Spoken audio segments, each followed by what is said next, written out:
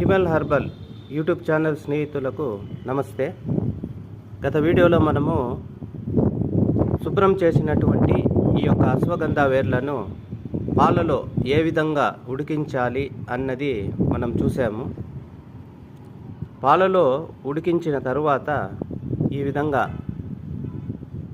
మొత్తము మిశ్రమాన్ని తట్టలో వేసుకొని ఈ విధంగా ఎండలో ఎండబెట్టుకోవాలి.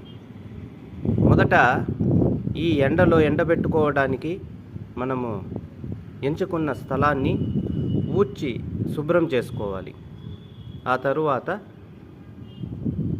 ఈ విధంగా ఎండబెట్టుకొని బాగా ఎండలో ఎండిన తరువాత సాయంత్రం సమయంలో వీటిని మనం ఇంటిలోనికి తెచ్చుకోవాలి.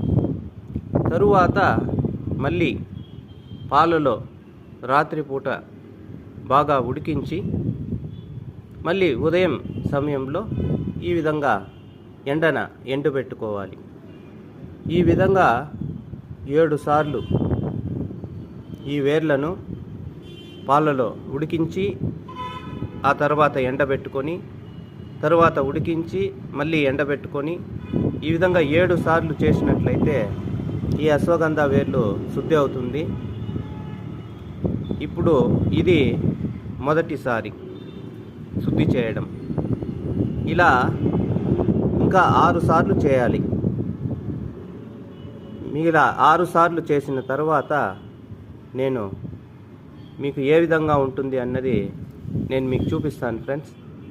ఇప్పుడు చూడండి, తెలుపు రంగులో ఉన్న అశ్వగంధ వేర్లు పాలలో ఉడికించిన తర్వాత బంగారు పసుపు వర్ణంలోనికి వచ్చింది.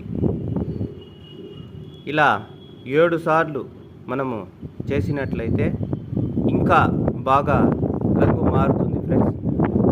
మంచి సువాసనతో కూడిన దై ఉంటుంది. Thank you.